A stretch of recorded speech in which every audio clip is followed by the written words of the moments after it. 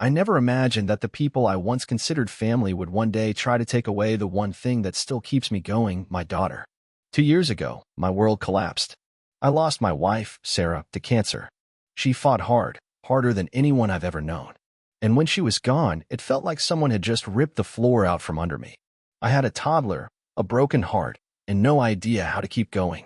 But I did. For Lily. Every morning I woke up to the sound of her tiny feet running down the hallway. Her laugh, her hugs, those were the only things holding me together. I rebuilt our life from scratch. Rearranged my work schedule. Hired a part-time nanny I trust with my life. Cooked every meal. Read every storybook. Sat through every sleepless night when she missed her mom, so bad she cried herself hoarse. And then, Karen showed up. My mother-in-law. Sarah's mom.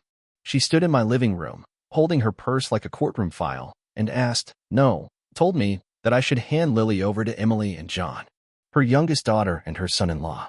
At first I laughed. I thought it was a joke, an awkward, grief-soaked misunderstanding. But Karen's face was stone cold. She needs a mother, she said. A proper family. I blinked, confused. We are a proper family. Maybe not picture perfect, maybe not the glossy Christmas card type, but Lily is happy. She's loved. She's safe. Isn't that what matters? But Karen didn't back down. She said I was being selfish, that I was clinging to Lily because I didn't want to move on. That I was depriving her of a real life by insisting she stay with a broken man. That hit me harder than I thought it would. Because I am broken in some ways. I still have nights where I sit in the dark and replay Sarah's final days in the hospital. I still catch myself setting the table for 3. But I've never let that stop me from being the father Lily needs. When I told Karen no, she looked me dead in the eye and said she'd take me to court. That she had evidence that I was an unfit parent. That I'd hear from her lawyer soon. I felt like someone had punched me in the chest. I don't even know what she thinks she has on me. I've done everything right, or at least I've tried to. But now, I'm being threatened by the one person who should have been my ally in all this. The woman who held Lily the day she was born. The woman Sarah trusted. And now, she's trying to take Lily away. I keep asking myself, why? Why would she do this? Is it grief? Is it control? Is it something deeper? I don't know. But I do know one thing. I'm not giving up my daughter. Not now. Not ever. The letter came 3 days later. I was standing at the kitchen counter, cutting strawberries for Lily's breakfast, when the doorbell rang. I wasn't expecting anyone, but I figured maybe it was a package. Instead, it was a courier. A man in a gray jacket holding out an envelope with my full name printed in thick, cold ink. I signed without thinking. And then I read. Karen had officially filed a petition for custody. Her lawyer claimed I was emotionally unstable, neglectful, and unable to provide a consistent caregiving environment. I just stood there, my hands trembling, the knife still on the counter, berries forgotten.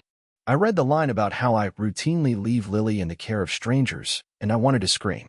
They were talking about Maya, her nanny, a woman who's been with us since Sarah passed, who Lily adores and calls her second sunshine. I sank to the floor, letter in hand, and for a moment, I just sat there, stunned. I wanted to believe that this was all some sort of desperate overreaction, that it would pass. But now it was real. A legal document. A fight I didn't ask for. That night, I sat by Lily's bed after she fell asleep, watching her tiny chest rise and fall, her thumb tucked under her chin like she used to do as a baby. And the fear hit me hard. What if a judge believed Karen? What if the court saw my grief, my single-parent status, my flexible work hours, and decided I wasn't enough? I called my lawyer the next morning. She didn't sugarcoat anything. We need to be proactive, she said. We'll get character statements. Doctors, teachers, neighbors, anyone who can speak to your parenting. So I got to work. Lily's preschool teacher cried when I told her what was happening. She hugged me, then emailed me a glowing recommendation within the hour. Our pediatrician wrote a letter describing Lily's consistent health, emotional development, and how attentive I am at every appointment. Even Sarah's own cousin, someone I barely talked to, reached out to offer support, saying that Karen was not acting in her right mind. And still, there was a pit in my stomach. Because no matter how many letters I collect or how many truths I present, I can't unfeel the betrayal. Karen helped me pack Sarah's hospital bag. She held my hand at the funeral. She was the one who told Lily that Mommy went to the stars. And now she was dragging me through court to try and take Lily away. I've been asking myself what changed. What made her see me, the man raising her granddaughter, as the enemy? And then it hit me. This isn't just about Lily needing a mother. This is about control. Or maybe it's about something else entirely. Something I haven't seen yet. But no matter what's driving her, I won't back down. Lily is my daughter. She's my everything. And I will fight like hell to keep her safe. It was a Thursday afternoon when Emily and John showed up at my door. No warning. No phone call. Just the sound of the doorbell and two familiar faces standing on my porch, faces I hadn't seen in months. Emily was dressed immaculately, as always. John stood behind her, silent, hands in his pockets. Lily was napping, so I invited them inside more out of politeness than any real desire to talk. They sat on my couch like it was their own. I stayed standing. I didn't trust myself to sit down and not explode. Emily started calmly. Too calmly. We've been thinking, she said, smoothing out her perfectly pressed skirt. Maybe it's time Lily had a more stable home. One with two parents. A mother figure. My jaw clenched. I asked her to clarify. She did. Without hesitation. We believe it would be in Lily's best interest to come live with us. I was quiet for a moment, not because I was shocked, but because I was trying to control the volcano rising in my chest. Then I spoke. Carefully. Firmly. I appreciate your concern, but Lily is my daughter. She's doing well. She's safe. She's loved. And I have zero intention of giving up custody. That's when Emily's tone changed. The calmness cracked. Her eyes sharpened. Her lips thinned. And then came the real Emily.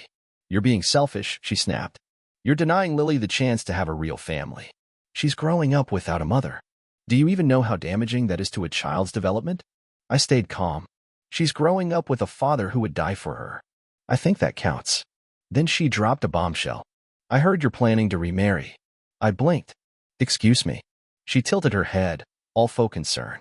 We know you've been seeing someone. Don't try to deny it. You're going to marry some random woman and expect Lily to call her mom? Is that really better than keeping her with her blood family? I was stunned. Speechless.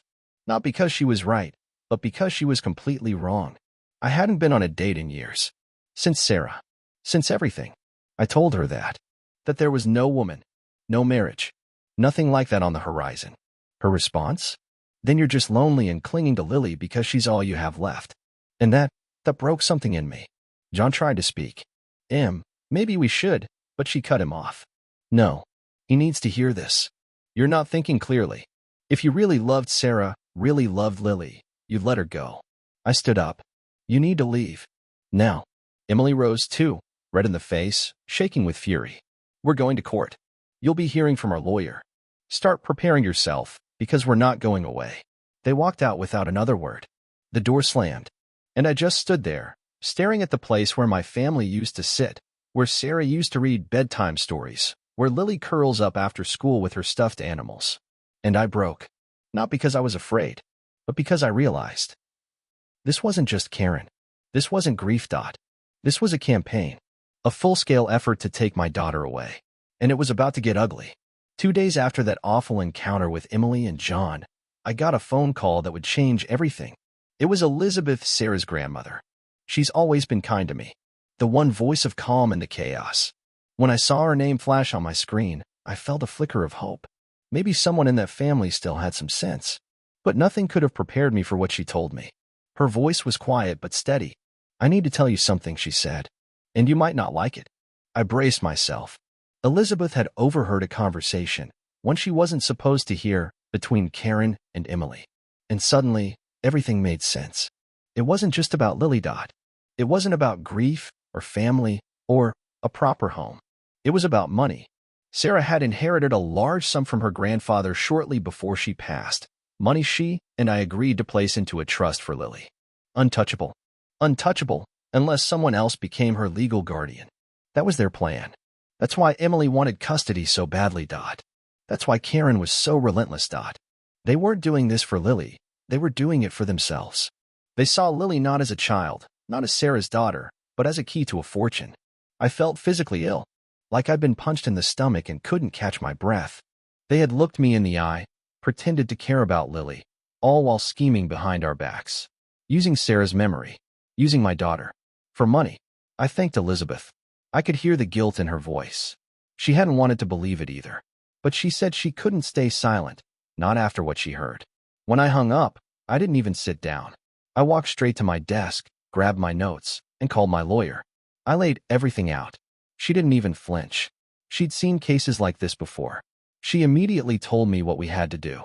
Get a signed statement from Elizabeth detailing exactly what she overheard. Review the trust. Make sure it couldn't be accessed or manipulated even if guardianship changed. Notify the trustee about the brewing custody dispute. Consider filing for a restraining order, especially if Karen or Emily tried anything else. Prepare for court, because it was now obvious they weren't going to back off quietly. I spent the next 48 hours pulling everything together.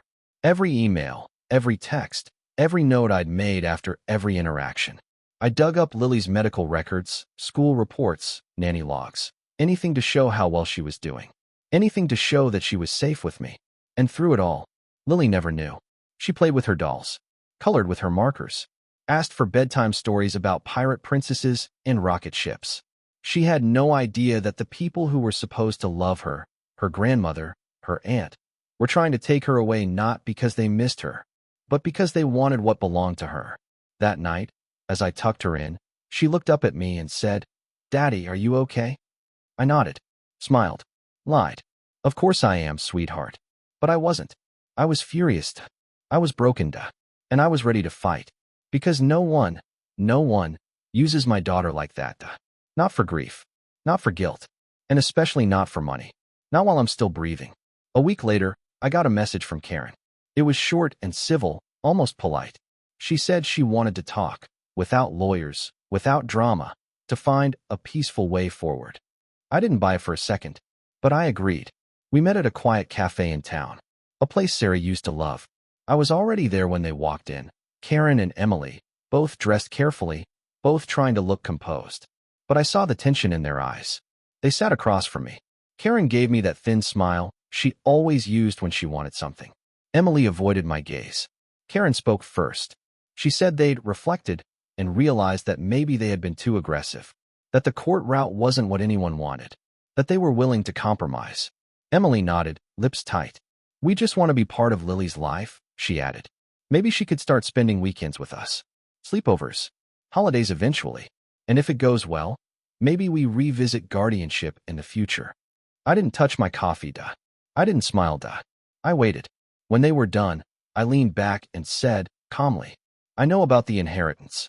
The effect was instant. Karen's face turned pale. Emily froze. I could see it.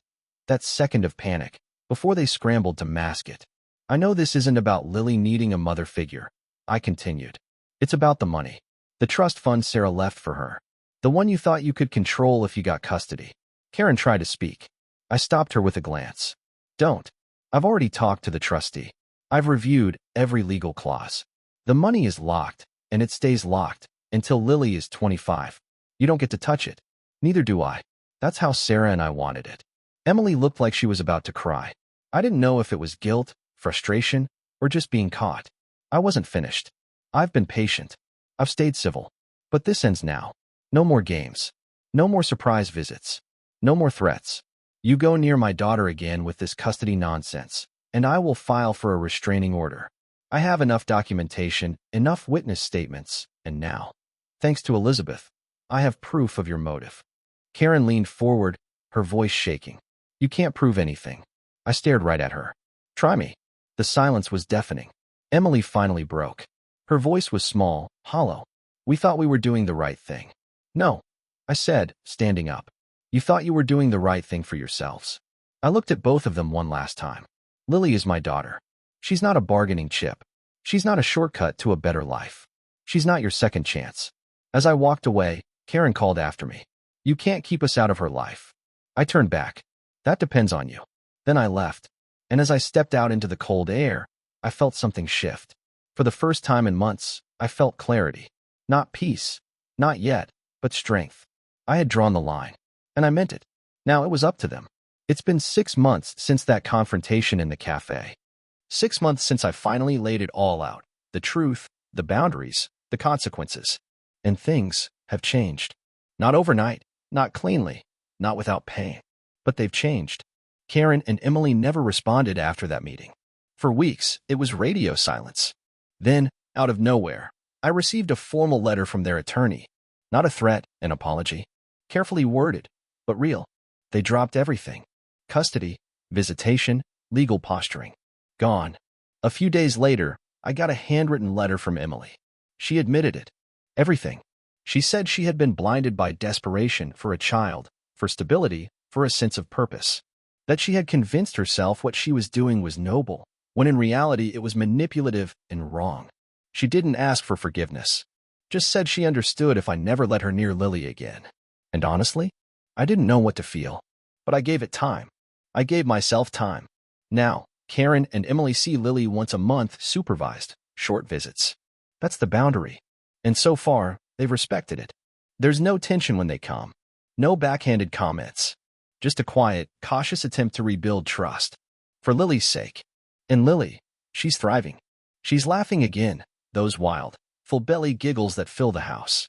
She's learning to read, obsessed with picture books and building forts out of pillows. She still asks about her mom, and I tell her stories, bedtime ones, kitchen ones, ones that make her smile and feel close. Sometimes I still cry after she falls asleep. I won't lie and say it's been easy. That confrontation shook me more than I realized. For weeks after, I couldn't sleep. I double-locked doors. I checked court filings obsessively. I feared they'd find another way to come after us. But that fear's faded now. Instead, I've been focused on building something stronger. I joined a support group for widowed parents. Started volunteering once a week at Lily's preschool. Even picked up a few freelance contracts to ease our finances. It's not glamorous, but it's ours, built with love, not lies. And sometimes, when Lily's asleep and the house is quiet, I sit and think about Sarah. I think she'd be proud, not just of how I protected Lily, but how I've grown. I've learned to say no, to stand firm, to put love into action, not just words. This isn't the life we planned, but it's the life I'm shaping for Lily and for myself. And I promise I'll keep shaping it. One day, one story, one bedtime hug at a time.